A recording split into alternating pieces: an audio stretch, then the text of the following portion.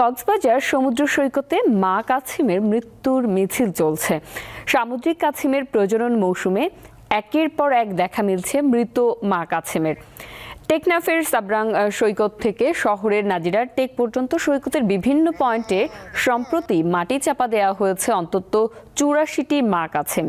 গত বছরের তুলনায় এবার মৃতের সংখ্যা অস্বাভাবিক বেশি বলে জানিয়েছে বাংলাদেশ সমুদ্র গবেষণা ইনস্টিটিউট। প্রয়োজনীয় তথ্য সংগ্রহের পর মৃত কাছিমগুলো বালি চাপা দেওয়া হচ্ছে। তবে ঠিক কী কারণে মা কাছিমের মৃত্যু হচ্ছে তা এখনও নিশ্চিত করতে পারেনি বাংলাদেশ সমুদ্র গবেষণা ইনস্টিটিউট।